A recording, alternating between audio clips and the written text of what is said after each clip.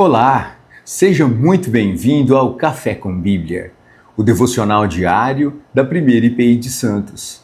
E é muito bom ter você por aqui.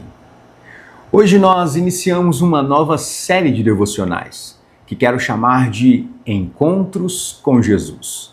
Nela, nós veremos vários relatos bíblicos onde Jesus se encontrou com muitas pessoas e como esse encontro mudou a vida de cada uma destas pessoas. Quero começar com um relato do encontro de um jovem com Jesus, descrito em Marcos capítulo 10, verso 17 em diante, que diz assim: E pondo-se Jesus a caminho, correu um homem ao seu encontro e, ajoelhando-se, perguntou-lhe: Bom mestre, o que farei para herdar a vida eterna?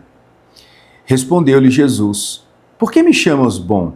Ninguém é bom senão um que é Deus. Sabes os mandamentos: não matarás, não adulterarás, não furtarás, não dirás falso testemunho, não defraudarás ninguém, honra teu pai e tua mãe. Então ele respondeu: Mestre, tudo isso tenho observado desde a minha juventude. E Jesus, fitando-o, o amou e disse: Só uma coisa te falta. Vai, vende tudo o que tens, dá aos pobres e terás um tesouro no céu. Então vem e segue-me. Ele, porém, contrariado com esta palavra, retirou-se triste, porque era dono de muitas propriedades. É interessante perceber que o ministério de Jesus visava alcançar as pessoas que estavam à margem da vida religiosa, aquelas que pareciam estar distantes de Deus. Mas veja que Jesus também veio ao encontro daqueles que também eram religiosos, mas que igualmente precisavam ter o seu coração transformado. No episódio de hoje, Jesus se encontra com um jovem extremamente religioso. O texto começa dizendo que esse jovem vai até Jesus, se ajoelha diante de Jesus e pergunta-lhe o que ele precisa fazer para que possa herdar a vida eterna. Então, nós percebemos boas qualidades na atitude desse jovem, mas uma má compreensão a respeito da vida eterna, ou de como herdar a vida eterna. Ele corre atrás de Jesus, ou seja, ele entende que Jesus é de fato uma autoridade vinda de Deus, e que, portanto, ele se ajoelha diante dele, ele reconhece a autoridade de Jesus e o ato de ajoelhar-se demonstra respeito, demonstra honra e, principalmente, adoração. Mas veja que, embora essa tenha sido uma atitude correta de correr aos braços do Mestre, se ajoelhar, como fez Maria quando Jesus estava em sua casa, quedou-se aos seus pés para ouvir os seus ensinamentos. Esse jovem fez isso, mas a compreensão acerca da vida eterna estava equivocada. Ele então, de joelhos diante de Jesus, diz: O que devo fazer para herdar a vida eterna? Esse era o problema do jovem rico. Ele buscava fazer alguma coisa para que, pelos seus próprios méritos, pudesse herdar a vida eterna. É interessante observar que, ao instruir aquele jovem, Jesus vai se valer do texto da lei, sobretudo do Decálogo, dos 10 mandamentos. E é curioso perceber que Jesus faz isso partindo da segunda metade, ou seja, de trás para frente. Os 10 mandamentos podem ser divididos em 2 momentos. Um que refere-se ao nosso relacionamento com Deus e o outro que se refere ao nosso relacionamento com o próximo. Jesus começa nessa segunda metade, falando a respeito dos deveres sociais, de como nós devemos nos relacionar com as pessoas. E quanto a isso, o jovem era perfeito. E ele diz a Jesus: Senhor, todas estas coisas eu tenho observado desde a minha infância. Então, o texto diz que Jesus, olhando para ele, o amou. O amor de Jesus o levou a tocar na ferida, a apontar o problema, a trazer à tona aquilo que de fato precisava ser transformado.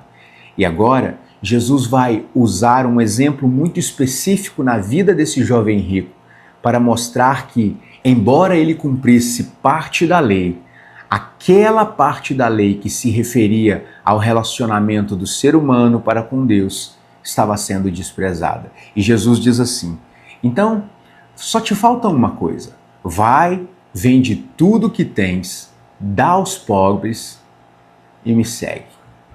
Jesus toca na ferida daquele jovem e ele volta para casa contrariado com aquele posicionamento de Jesus, porque ele não estava disposto a abrir mão de tudo que ele tinha. E o texto faz menção de ser ele proprietário de muitas riquezas.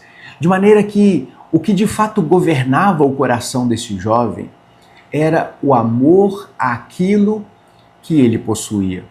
É muito interessante perceber que Jesus, muito possivelmente, não queria necessariamente que ele vendesse todas as propriedades, de fato.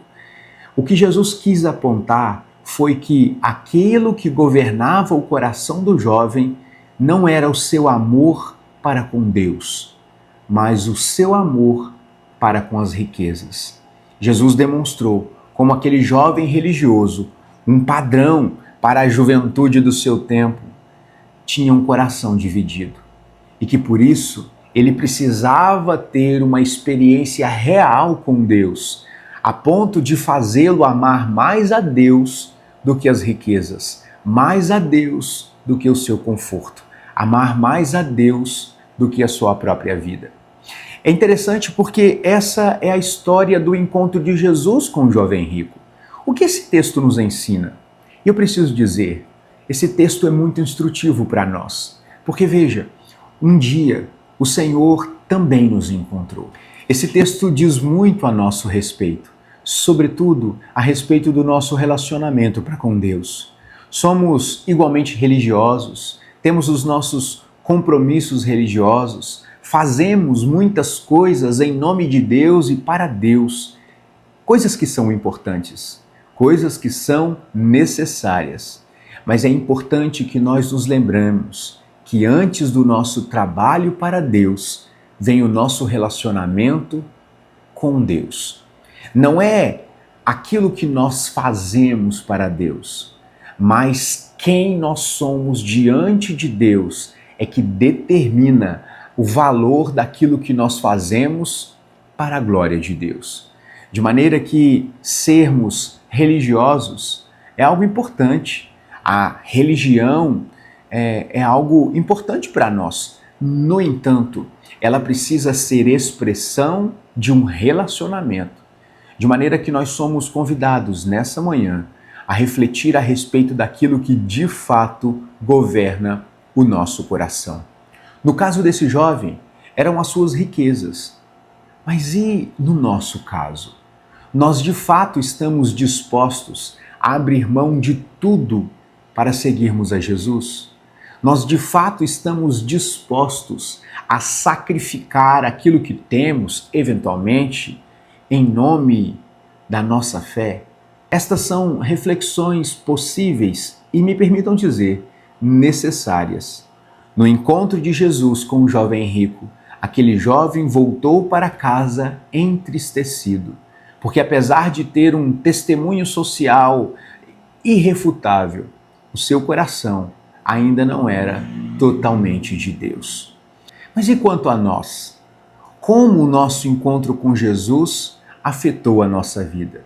Nós podemos dizer que de fato nós estamos felizes por caminhar com Jesus, ou nós temos feito isso de maneira mecânica, apenas por mera obrigação institucional? Eu quero convidar você a pensar sobre isso e a entregar o seu coração totalmente nas mãos do Senhor.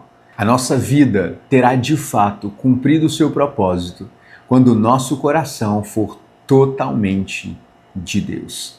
E eu quero convidar você para que oremos juntos, pedindo para que Deus transforme o nosso coração, para que Deus guie as nossas motivações, para que possamos de fato viver uma experiência religiosa consistente, robusta diante do Senhor, amando as pessoas à nossa volta, mas isso como consequência do nosso encontro verdadeiro, pessoal e transformador com Jesus Cristo, o nosso Senhor. Vamos orar? Querido Deus, nós te agradecemos, porque à semelhança daquilo que aconteceu com esse jovem rico, um dia nós fomos encontrados pelo Senhor. Te agradecemos por sua palavra, Deus, que demonstra o seu amor para conosco, exortando o nosso coração, apontando para a necessidade que temos de amar o Senhor acima de todas as coisas, inclusive, ó Deus, acima de nós mesmos, do nosso conforto, daquilo, ó Deus, que nós valorizamos aqui. Perdoa-nos, ó Deus, pelas múltiplas vezes que amamos mais os nossos interesses do que os interesses do Teu reino. Perdoa-nos, ó Pai, quando nos dedicamos tanto àquilo, ó Deus, que nós desejamos, em detrimento de construirmos um relacionamento íntimo contigo. Peço que o Senhor nos ajude, que o Senhor nos abençoe e permita, Deus, que possamos desenvolver uma espiritualidade saudável, onde o nosso coração é totalmente do Senhor e a nossa vida está completamente nas Tuas mãos. Eu peço a Deus pela minha vida e peço pela vida de cada um dos meus irmãos, que o Senhor, ó Deus, seja de fato o Rei soberano sobre as nossas vidas, intenções, motivações e ações. E assim, vivamos, ó Deus, de maneira feliz e contente por servirmos ao Senhor de maneira integral. Que a bênção do Senhor esteja sobre a nossa vida, hoje e sempre, em nome de Jesus. Amém. Muito bem, é um prazer ter você aqui. Que Deus abençoe a sua vida e que você tenha um ótimo café com Bíblia. Tchau!